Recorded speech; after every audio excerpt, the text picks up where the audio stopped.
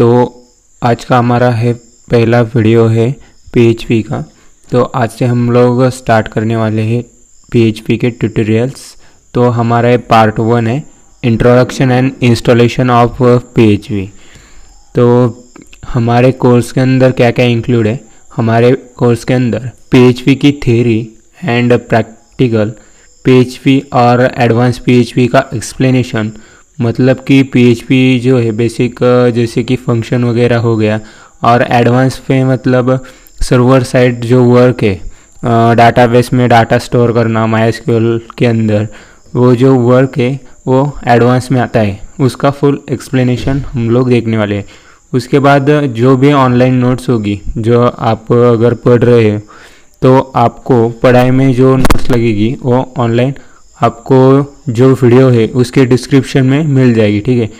और आगे चलकर हम लोग हमारा एक प्रोजेक्ट क्रिएट करेंगे और उसे ऑनलाइन होस्ट करेंगे, जिससे कि जो यूज़र्स है वो हमारे वेबसाइट को देख सकते हैं।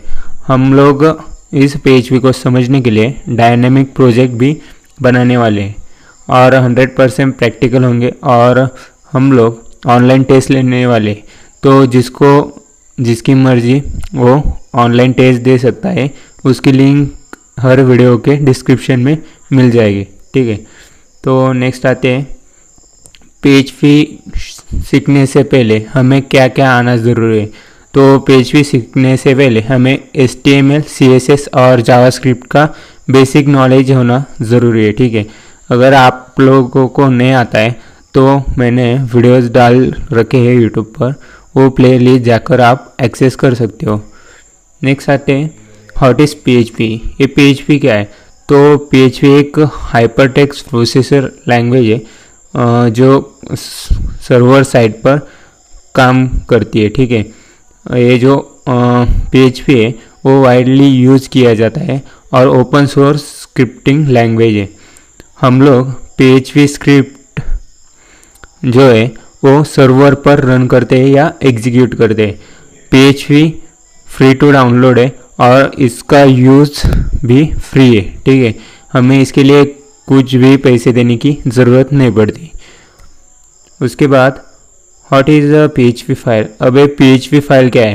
तो PHP फाइल के अंदर हम लोग HTML, CSS, जावास्क्रिप्ट और PHP का कोड लिखते हैं।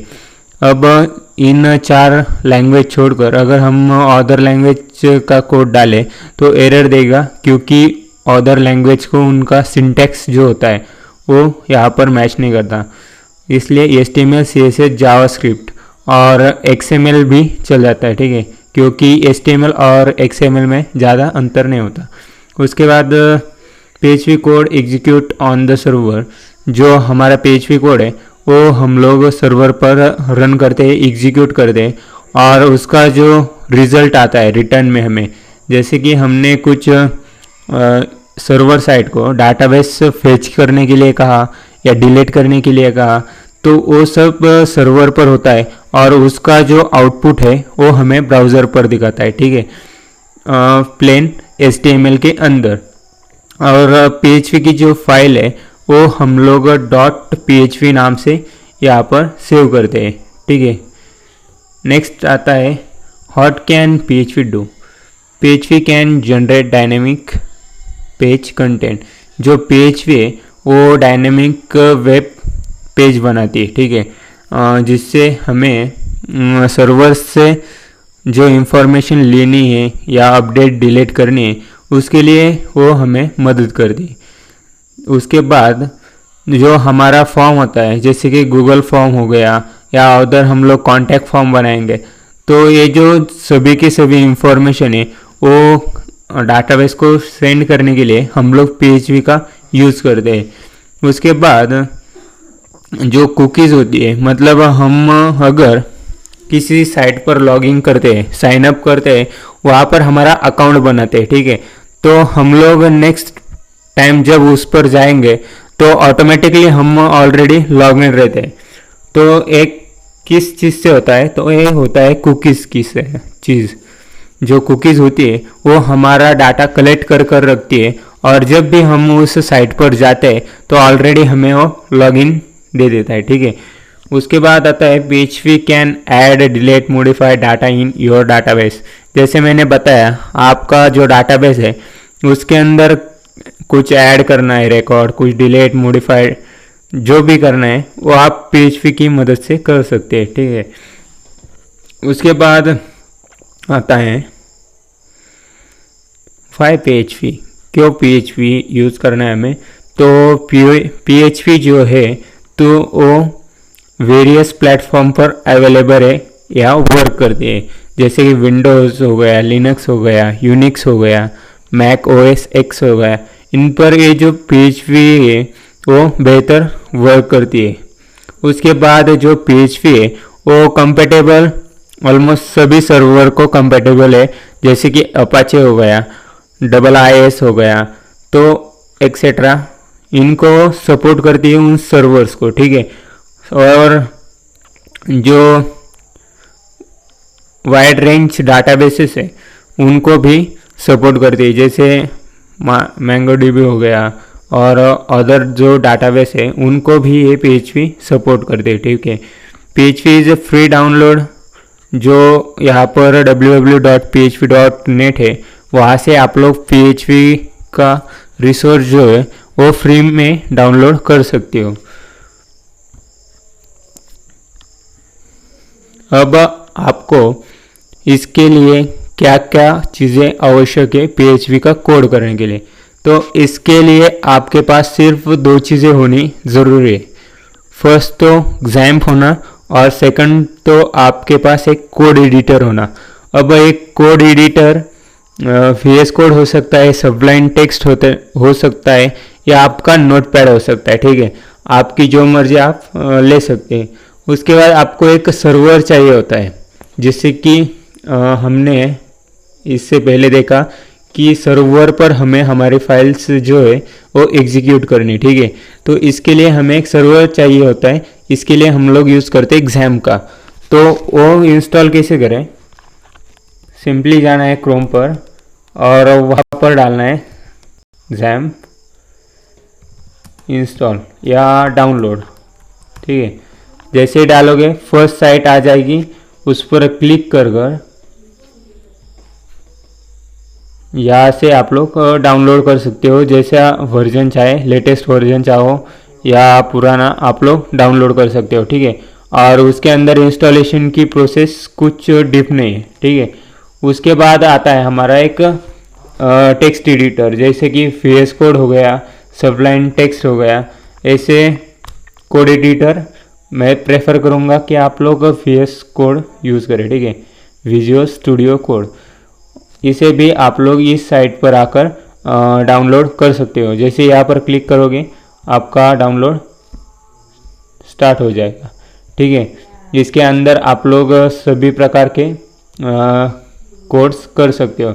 अब मैं यहाँ पर ये ओपन कर दिखाता हूँ XAMPP स्टार्ट होने के बाद, मतलब इंस्टॉल होने के बाद कैसे आएगा। यहाँ पर हमें ये साइट को मैं क्लोज कर देता हूँ, प्रेजेंट साइट को।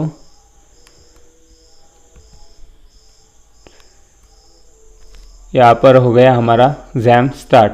तो यहाँ पर अपाचे है उसे हमें स्टार्ट कर लेना है, क्योंकि अपाचे जो है हमारा सर्वर है और MySQL जो है हमारा डाटाबेस है। तो अभी के लिए हमें सिर्फ अगर PHP की कौन सी भी फाइल रन करनी हो तो यहाँ पर अपाचे का हमें चाहिए। अगर हमें कुछ डाटाबेस MySQL को भेजना है या उससे एक्सेस करना है तो हमें MySQL की ज़रूरत पड़ेगी, ठीक है। अब सिंपली हमने अपाचे स्टार्ट कर लिया। अब मैं यहाँ पर VS कोड खोल लेता हूँ। तो हमारे सामने ऐसा जो VS कोड है उसका टेक्स्ट एडिटर ओपन हो जाएगा, ठीक है। तो सबसे पहले हमें क्या करना है, यहाँ पर फाइल मैनेजर में आना है। फाइल मैनेजर में आने के बाद यहाँ पर हमारा लोकल डिस्क होगा, उसके अंदर जो यहाँ पर फोल्डर है उसके अंदर हमें XAMPP ढूंढना है कहाँ है। अब मैंने XAMPP फिर से इंस्टॉल किया था, इसलिए मेरा फाइल XAMPP 1 के अंदर है। बट आपका फर्स्ट टाइम होगा तो XAMPP के अंदर आपके सभी फोल्डर्स होंगे, ठीक है। अब जैम के अंदर आने के बाद यहाँ पर htdocs नाम से एक फोल्डर है, उसके अंदर हमें जाना है और इसके अंदर आप लोग जो भी फाइल बनाओगे वो फाइल वहाँ पर सर्वर पर रन हो जाएगी। ठीक है, यहाँ पर मैंने बनाई है PHP प्रैक्ट नाम से, तो इसे मैं राइट क्लिक कर ओपन विथ करूँगा VS कोड में। ठीक है, ओपन विथ कोड, अब ये मेरे VS कोड में ओपन हो जाएगी साइट। ठीक है, PHP प्रैक्ट नाम से मेरा फोल्डर यहाँ पर ओपन हो गया है। अब सिंपली यहाँ पर मैं एक PHP की फाइल बनाता हूँ, यहाँ पर part1.php नाम से मैं एक फाइल बनाता हूँ। ठीक है, अब PHP का जो सिंटैक्स है वो सिंपल सिंटैक्स है, यहाँ पर लेस देन और क्वेश्चन मार्क PHP, उसके बाद क्वेश्चन मार्क और ग्रेटर देन PHP का ये सिंपल सिंटैक्स है। ठीक है, अब PHP के अंदर प्रिंट करने के लिए जो आउटपुट देना है हमें, उसके लिए हम लोग इको का यूज़ करते हैं और उसके बाद डबल कोट के अंदर अगर हमारा कोई स्ट्रिंग होगा तो डबल कोट के अंदर आता है, यहाँ पर नाम डालना है। ठीक है, यहाँ पर मैं डालता हूँ हेलो कोडर। ठीक है, ये हो गया हमारा स्ट्रिंग। अब हम इस फाइल को रन कहाँ पर और कैसे करेंगे, तो इस फाइल को रन करने के लिए सबसे पहले मैंने जो प्रोसेस बताई, htdocs के अंदर हमारा फोल्डर होना ज़रूरी है। ठीक है, नहीं होगा तो ये फाइल भी रन नहीं होगी। इसके लिए हम लोग अब रन करने के लिए क्रोम ओपन करेंगे, कौन सा भी ब्राउज़र यूज़ कर सकते हो आप, यहाँ पर मैं क्रोम कर रहा हूँ। ठीक है, अब हमारा याद रखना यहाँ पर अगर अपाचे सर्वर स्टार्ट नहीं है तो ये फाइल भी रन नहीं होगी। यहाँ पर डालना है हमें लोकल होस्ट, उसके बाद स्लैश, और आपने जो फोल्डर का नाम डाला है वहाँ पर मैंने डाला है PHP प्रैक्ट। ठीक है, तो इसे एंटर करूँगा तो उस फोल्डर के अंदर की सभी फाइलें यहाँ पर दिखाई देगी। जो जो न्यू बनाता जाऊँगा वो यहाँ पर प्रैक्ट1 part1.php फाइल है, इसे मैं अब क्लिक करता हूँ तो यहाँ पर मेरा आउटपुट देख सकते हो हेलो कोडर। तो इस प्रकार से आप लोग सिंपल PHP को सीख सकते हो। आपको VS कोड इंस्टॉल करना है तो कर सकते हो, नहीं तो अदर टेक्स्ट एडिटर से उसे भी आप लोग यूज़ कर सकते हो। आपको यहाँ पर जैम कंट्रोल पैनल को इंस्टॉल करना है और उसका अपाचे सर्वर बेसिक लेवल पर सीखने के लिए अपाचे सर्वर स्टार्ट करना। अगर आपको एडवांस लेवल में जैसे data modify, create, update, delete वो सब करना है, डाटाबेस के अंदर वैल्यूज़ को डालना है, तो MySQL को स्टार्ट करना होगा। ठीक है, वो हम लोग आगे आगे देखते चलेंगे। और एक बात, अगर आपका एक काम हो गया है तो इसे स्टॉप कर ही क्लोज करना, नहीं तो ये करप्ट हो जाएगा और आपका जो डाटा है वो आपको रिकवर करना पड़ेगा। कहाँ से? उस फोल्डर को डिलीट करके। ठीक है, तो आज का जो वीडियो है इसके अंदर इतना ही। मिलते हैं नेक्स्ट वाले पार्ट में, उसके अंदर हम लोग नेक्स्ट जो है टॉपिक्स उसके ऊपर चर्चा करेंगे। ठीक है।